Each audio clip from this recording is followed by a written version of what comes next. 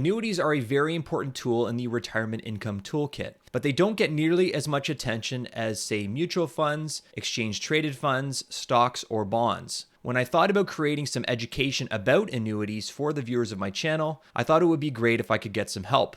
And I couldn't think of anyone better than Jason Watt. Jason is a financial planning educator helping financial planners like me earn our professional credentials like the Certified Financial Planner Professional Designation. I've been a student of Jason's for several years, having taken many of his online courses. Jason has a huge depth of knowledge about financial planning topics, and he's a tremendous communicator. In this interview, Jason shares his insights on how annuities fit into a retirement income puzzle, the unique features and benefits of annuities, how retirees can systematically layer annuities into their income plans through retirement, and Jason even shares some of his personal insights from helping his own parents build their retirement income plan. And with that, I'll take you to my interview with Jason Watt. I'll start by thanking you for doing this, Jason. I really appreciate you spending the time. I love these opportunities, Mark. I'm happy to be here and always good to support you. You've been a very good supporter of ours over the years, so really appreciate that.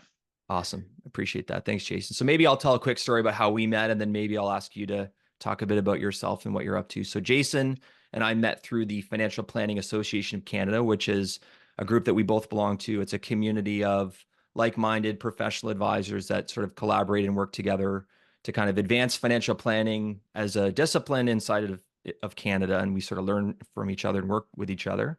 And we met that way. And a few years ago, Jason asked me to be a guest on his podcast where we talked about retirement and retirement income topics. And through that connection, I became a student of Jason's, and I've learned a lot through his courses. I continue to learn a lot through working with you, Jason. And the topic of annuities is something that is really important, I think, and one that admittedly, like, I probably need to learn more about, and I want to focus on that. And when I thought about putting together something for the channel for my viewers to watch, I thought, you know what, why don't I ask you to jump in and maybe have a conversation with you, and maybe a different experience for the viewer. Like, they're used to seeing me talking all the time, and I thought it might be good to give people a bit of a different experience and hear from somebody else. And so maybe with that start, could you kind of talk about maybe a brief intro on you, Jason, and then we'll start from there. Sure. So for most of the last 17 or 18 years, I've been training people towards their financial planning certification. So the CFP, Mhm. Certified Financial Planner Designation certification. And that's given me pretty good exposure to the world of financial planning. About a year ago, almost exactly a year ago now, I left. I was in business with my parents, actually. I think you were too for a business with your dad for a while, Yep, Mark, right? that's So right. so I was in business with my parents, and we sold the business about 4 years ago. And I worked for the acquirer for 3 years. My parents retired, and I think we might touch on that today a bit too. Sure. And sort of we sold in order to finance my parents' retirement. And then, yeah, I went to work for the acquirer for 3 years. About a year ago, there was just a whole bunch of factors, some personal stuff, some professional stuff, some health stuff, wherein I couldn't be a good full-time employee anymore. Mm. So I hung it up, and since then I've been doing some contract work. I'm still working for the old company and training people towards CFP certification. We had a Mhm. bunch of people just write the exam last week. Nice. Always exciting times. Mhm. And I've been able to stay in touch with the financial planning community through that and through FPAC, through the Financial Planning Association of Canada, which I will be eternally grateful for. For sure. So maybe let's just jump right into it. Can you talk a little bit about what an annuity is, what it does? Like, I always find that what it does is more interesting than what it is, but maybe we'll start there. Can you talk about annuities? It's such a simple concept. I think people sometimes we're so used to such complicated concepts in personal finance, but this is an easy concept. Basically, you have a lump sum of cash, let's say for the sake of argument, $100,000, and you're going to write a check to an insurer. Mhm. Usually, there's other ways to do this, but I'll say an insurer. You're going to give up that $100,000. So that money is gone. And in exchange for that, the insurer is going to pay you a monthly income for the rest of your life. Again, there are other structures to it, but typically we're looking at a life annuity. So it's just going to pay you for the rest of your life. And the amount that it will pay depends on your age. So the older you are, the more the annuity will pay. And men who you and I know this well, Mark, are Yep. generally going to not live as long as our spouses at the same age. we're going to get better annuities as a result than a woman would. Typically, we're going to see, for $100,000, your annual income is going to be somewhere in the $6,000 to $8,000 a month range, depending on Mhm. the age at which the annuity is purchased. Okay. Or sorry, $6,000 to $8,000 a year. Per I year? Okay. apologize. I was gonna Yes. say, I'm like, everyone's gonna now run out and get annuity Yeah. quotes if that's Yeah. the payout. Wow. No, no, $6,000 to $8,000 a year. Let me be Okay. very clear there. Yeah, perfect. And what it does, really, what it does is the interesting part is that it provides a stable base of income. Everybody says, I wish I had a defined benefit pension. And there are just not that many defined benefit pensions out there, right? If you're lucky enough to have been a teacher or a nurse or something like that, a civil servant in your working years, then yeah, you have that great defined benefit pension. But so many others don't have them. But you do have this market opportunity to buy a defined benefit pension, and people have a hard time doing that. But it gives you that monthly base of income. And I'd like to talk a little bit more. There's some really good academic theory around what that does for us. But I think that gets us a good start, Mark. Is that fair? I love that. That's a great start. And like, I love what you said because everybody wants a pension. But then if you present somebody with the option to purchase a pension, it becomes a different thought, right? Like trying to process how to do that is very hard, right? We touched on it a little bit already, the benefits of annuities, but let's say somebody has a portfolio of investments and they say, you know what, I feel good about either my ability or my advisor's ability to invest this money for me and make it last through my lifetime. So, like, what benefit am I getting from an annuity that is unique to something that you'd be able to get from a portfolio of investments? Can you talk about those unique features about annuities? Yeah, absolutely. And the portfolio question is a good question here because mathematically, if you're able to take on investment risk, and if you've been working with an asset manager like yourself, Mark, somebody who's willing to work you through it and make sure that you stay properly invested in accordance with asset allocation and you can run a sort of total return outcome, Mhm. just take those dollars, then mathematically, the total return that invested approach is probably going to be superior. There's some math you can do, and I've seen different versions of this where people show, annuities and a return if you buy it at the right age versus a certain outcome. And, certainly it's worth doing that sort of sensitivity analysis. But I think if you're going to rely entirely on the math, good, right? That's a Mhm. good thing. But everybody can live their life on an Excel spreadsheet. And that's where the annuity comes in. So the annuity does a few things for us. So David Blanchette, who is well known to folks like you and I, Yeah. very prolific researcher in the sort of retirement kind of fixed income space, and he has a lot of research around this showing the benefits of an annuity. Things like you buy that annuity to provide a funded level of certainty around your sort of monthly expenses. So, Mhm. between Canada Pension Plan, old age security, and some annuity income, if I have enough there to cover my base cost of living stuff, Mhm. and what David shows is that your willingness to spend from your still invested assets actually is about double. And I know not all of your clients are like this, Mark, but I'm sure you have clients where they have enough and they Yeah. could be spending more. They could be taking a slightly better vacation every year or bringing one of the grandkids on vacation with them or Yes. something like that, but they're just kind of hesitant to spend. So David's research here shows that willingness to spend, which I think is a hard thing to come by, proves when you increase that level of fixed income. I'm sure that there's an academic study, it might be David's work too, that says that people they have a much easier time spending income, like a perceived paycheck that is just going to keep going and keep going and keep going than they are from spending down from a pool of money that they see as their investments, even though the investments, that pool of money is there to generate that income stream for them that they can spend. They have a harder time spending from the pool than they do from a paycheck that they get from an annuity, right? That's exactly it, right? And it's a big challenge. Now, there are downsides to the annuity. I already mentioned that, mathematically, it's probably not generally optimal. You're Hmm. giving up those dollars. So your Hmm. kind of worst case scenario here, and I think what everybody envisions when you say, it's time to write that check for 50 or $100,000 is, Yep.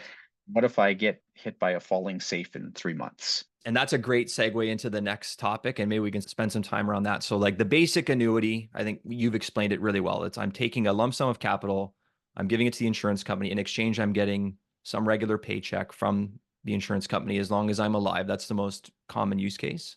But for someone who's watching that's saying, you know what happens if, I write that check and then something happens to me inside of 3 or 4 years? There are some features that can be included, I understand, with annuities to help kind of address some of those concerns. Can you talk a bit about features and add-on benefits that you can get with annuities?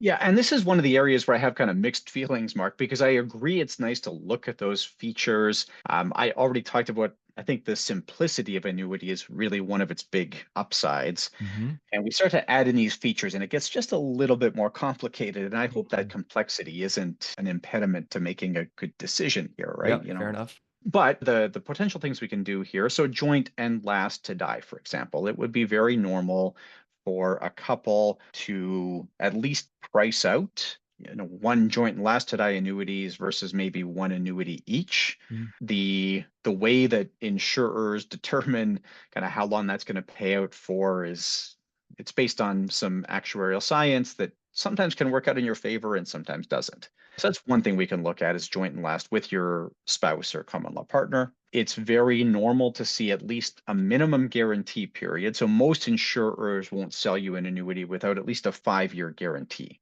okay. which is basically if you die in that first 5-year window, the insurer says, just again, for the sake of simplicity here, let's say your annuity was going to be $1,000 a month. So $1,000 a month, $12,000 a year. That's sort of a $60,000 guarantee pool. You die Mhm, 3 years into it. You've used up 3 years of that. There's 2 years left. So mhm, that's $24,000. It would be paid out as a lump sum to a beneficiary. And that's an insurance benefit. So it pays out the same way as insurance benefits do. There can be some tax there, depending what kind of account it was held in. It's the actual lump sum there, I think, is relatively easy to understand. And you can go with longer guarantees. mm, You can buy a 10 or 20-year guarantee, but mm. the longer the guarantee you buy, the less the regular annuity benefit you're going to get will be. You got to give something up for that. It costs you. Nothing's free. It's all trade-offs, right? Yeah. And the other big advantage or the big benefit you can add on here, which again I have kind of mixed feelings about, but Mm, you can have a commuted annuity. And there are a couple of insurers where all of their annuities are commutable, sorry, not commuted, but commutable, mhm, which would allow you then to essentially rescind that decision to mm, say, okay. yeah, I'm 3 months into this thing. It's not really what I want, so I'll Mm, take that back. okay. And how And long and can that that commute period last? Is it similar? Like you have to choose up front? Is it a 5-year period or 10-year period or? it's going to be typically not a 5 or 10 year period, but rather sort of as you get deeper into the annuity, that commuted value is coming down. So I you're going see. to get less and less. And you have to pay for that, again, commuted value up front by Mhm. taking less benefit. Although I want to be careful there. There are a couple of insurers where every annuity they sell is commutable. That's where, again, you have to be really careful about what exactly is needed and what That's you're fair. getting in exchange for that upfront lump sum. But You touched on it a little bit before in David Blanchett's research, and you had mentioned a few things. So just for viewers, the Financial Planning Association of Canada has a forum where planners will share questions about annuities. And when Jason posted about this question, that's kind of where the light bulb went off from like, I really want Jason to talk about annuities to you, to the audience. But can you talk about an approach that a retiree might take? Because I think that sometimes the annuity decision might be sort of seen as an all or nothing. Like I got to take all my assets at one point, maybe at my retirement date, and just drop it all into an annuity. But it's absolutely more nuanced and more strategic than that. Can you talk about your approach? Because I thought it was just amazing, and I want to hear from you on it. in fact, Mark, my parents are sort of right in the sweet spot for this right now. Okay. And I'll mention my parents are actually in substantially different situations themselves. They are married to each other still, but my mother probably has a predisposition towards longevity. Mm. Her aunts and uncles, other than the ones that died in car crashes when they were young, it's rural Saskatchewan, so that kind of thing. But 9 of 11 of her, between her mother and her aunts and uncles, lived into their 90s. Wow. Wow. So, Okay. yes. It's in So your family. Longevity's in the it's family. on that side. Because Okay. on my father's side, it's just the opposite. My grandparents both died in their late 60s, early 70s. Between his siblings, they're in their 70s now. We lost one of them last year, and one of them is sadly not going to probably make it till Christmas this year. So watching that happen, my dad's predisposition for longevity is not there, right? So for my father, I wouldn't recommend this approach, but for my mother, especially, she's likely to be left, and it's sad, but she's likely to be left single for some long period of time. and she has this lump sum of cash available to her from the sale of the business. Mm, So it's very difficult, like you say, to pull the trigger on this decision to say, mhm, I want to go buy this annuity. And so my mother, I know that she's not a huge fan of kind of managing her money, that when she has these decisions to make, she's always calling. I know her financial advisor did her CFP and CLU certifications with me. mhm, And it's always kind of this awkward go between where, she's calling me and she says, can you talk to, Cara out there and see mhm. what's going on, right? Yeah.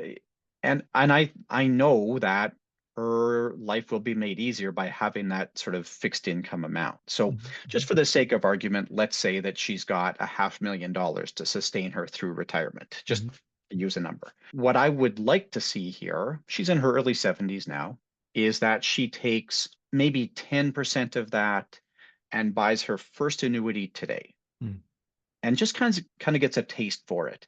Starts to see that money coming in, knows what it's like to write that big check, mhm, and then knows what it's like to get that monthly income. And from there, she can figure out, she can say, yes, that's a decision that I'm happy with. Or if she's not happy with it, well, she still has that money coming in. It's not like it's a waste, but we mm, have kind of a regret minimization opportunity here, right? Or revealed preferences, if you want, where we mhm, can see mhm, what actually, what works in theory versus what works in practice. If that goes well, fast forward 2 or 3 years. In 2 or 3 years, we have a little bit more of a picture about health. We know then, more, right? As we get mhm, older, if your health holds up, great. If your health isn't holding up, then that helps you make a second decision. And if we get 2 or 3 years down the road and she has enjoyed that monthly income and she's in fact found that her spending is more comfortable because of it, mhm, that her conversations with her financial advisor are less stressful, then take another 10% mm, and buy another annuity. It might not be 10%, it might be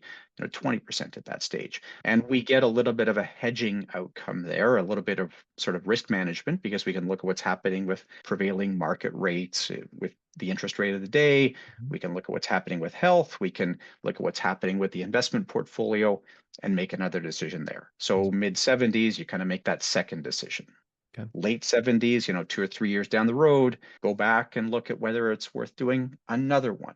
Mm, And once you get to a point where we're very comfortable with that now, ideally you have, Canada Pension Plan, old age security, plus you have that annuity income that really is going to sustain you. And that's a good longevity hedge, which mhm, my mother probably very much needs. She cannot outlive that annuity income, even though she probably won't outlive the managed assets, the invested assets. mhm. Of Still, there is always that concern there. course. And can I ask a couple of questions on this example? So there's Yeah. a couple of things that I noted. So your mom is currently 70, 71. So she's born in 53, so she'll be 71 right away here. Yeah. Okay. And is 70 kind of the age that you think is the right age? Like, would you ever go earlier I starting? have seen cases where going earlier makes sense. I'm not a huge fan of annuities in your 60s, maybe like 68 or 69, Mhm, but anything earlier than that, and the math just doesn't work out great. The mhm, insurer at that younger age, so 60, like it's weird to say it, but 65 mhm. is kind of too young for this, right? Yeah. You qualify for all the seniors discounts, but this is not one that I think is great Mhm. just because the insurer knows for a 65-year-old that they could end up paying for 35 or 40 years, Yeah. you're not going to do much better with an annuity there than you would with a GIC. Yeah. The insurer knows the math on that. So Yeah. you're looking at a before age 70, whatever GIC rates for the day are, you could create your own income scenario that looks a lot like that annuity, but not have to give up control of that capital for your lifetime earlier than 70. Yeah. And you can get a little bit of tax benefit on the annuity side if Yeah. it's non-registered money, but that's again introducing complexity where I don't think it's really that helpful. And then the second question I had is, so I love the idea of like starting with an amount, getting comfortable with it, going through the process of writing a check to the insurance company, receiving that annuity benefit. At what point do you maybe stop? At what point do you say, you know what, we've achieved what we set out for here as we kind of went down the path of the annuities? Where do you stop? Right. So if we follow the David Blanchette research, which I mentioned earlier, the stopping point, now this is kind of a tricky question, but Mm, the stopping point is roughly where your income matches your going to say known monthly expenses.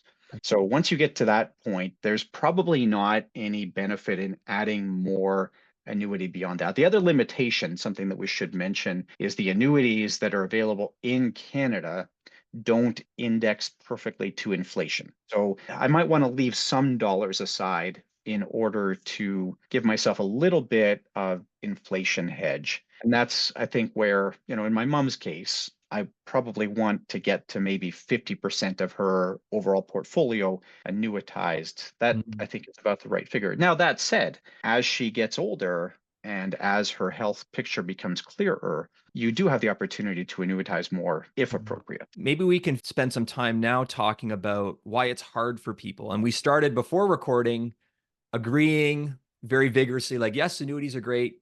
We should be talking more about them. They're a very important product in the retirement income puzzle, but yet they're so hard for people to make the decision on. Can you talk about why it's hard to buy annuities?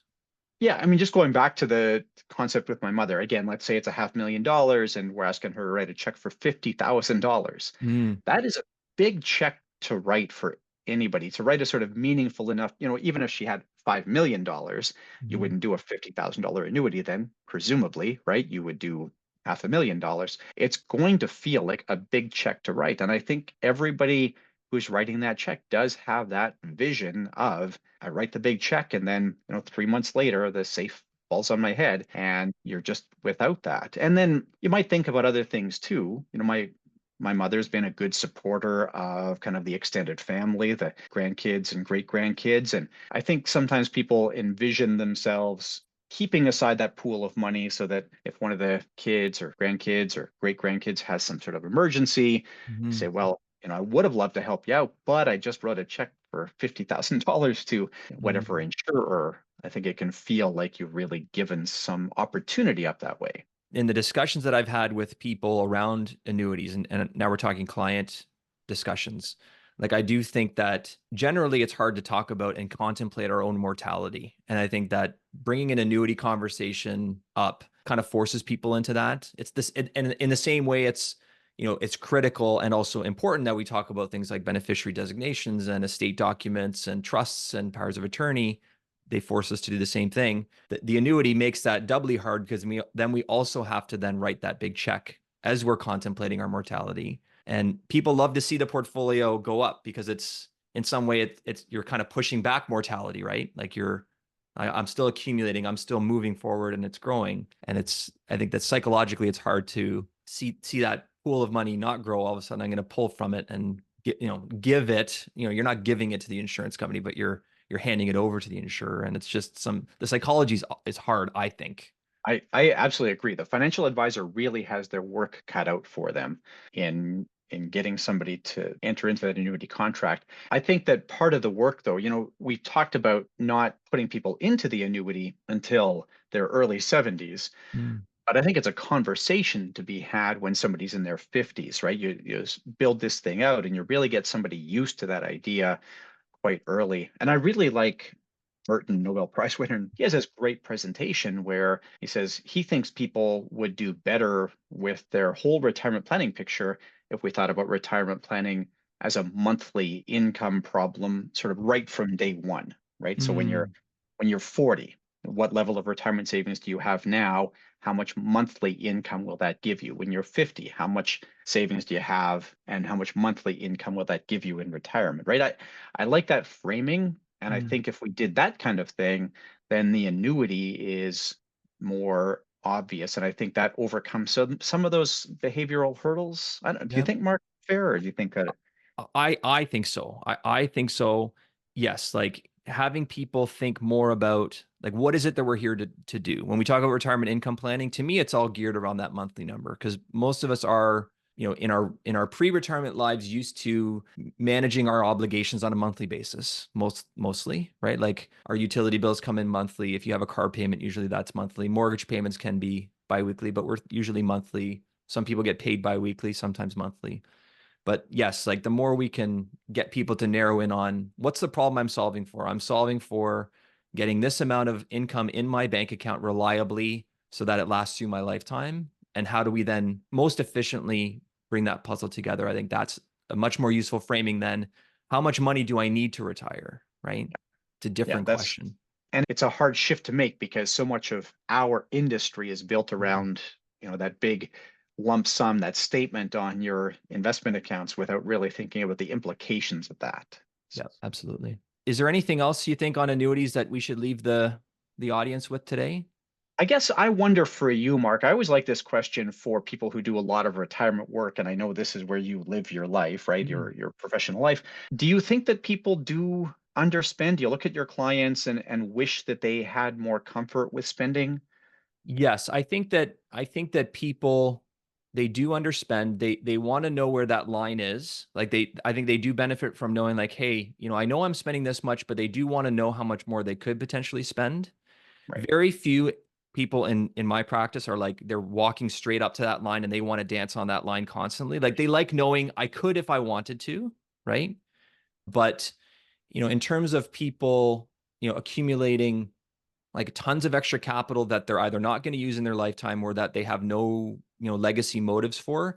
It might be more my client base, but I don't have a ton of that. Like I don't have like, most of my clients, you wouldn't describe them as being, incredibly wealthy. Like they're wealthy, but not to the point that it's like, what are we going to do with this huge pile, right? But I think whenever you're dealing with a pile of invested assets and with all the things that get thrown at people from the news, the financial news media and friends, neighbors, family, it's really hard for people to process that and then look at that pile and not worry about it running out or having something happen so that their lifestyle that they're used to is going to be impacted dramatically. So just their nature is going to be, hey, I'm going to hold back from that. And like you talked about at the beginning, if annuities can free people up to pull from that pool, like that investment pool or that more liquid pool with more freedom and with more confidence, then I think that alone is a really great reason to be going down the annuity puzzle picture, right? Or that discussion for sure. Yeah, that's a good way to look at it, right? And I'm not surprised, Mark, that your Mhm. clients would be like, I know you're not like a flashy guy, you're not going to attract you're like, I don't know, you're the advisor that I think a lot of people would be really happy having their Mhm. parents working with, if I can Thank you put for it that that. way, Mark, right? So I think that's a compliment. Yeah, So I think it is too. Yeah. you're not going to blow anybody up. You're going to run them through what they need to be run, like Mhm. what needs to be done, right? And that's, I think, where annuities can be quite attractive. I would also suggest that that means maybe in a practice like yours, and I hate to say this, there might be less need for them, right? You Mhm. might be already kind of bringing some of those really nice features of annuities just by, like, I've seen your retirement policy statement. I've Mhm. seen some of the conversations you have with clients. And, I wonder in those cases, are you already checking off those boxes without using a product to do it? Fair. No, I appreciate that, Jason. And there's going to be a lot of people watching this video that aren't working with an advisor, right? And so I think that to share insight into a product that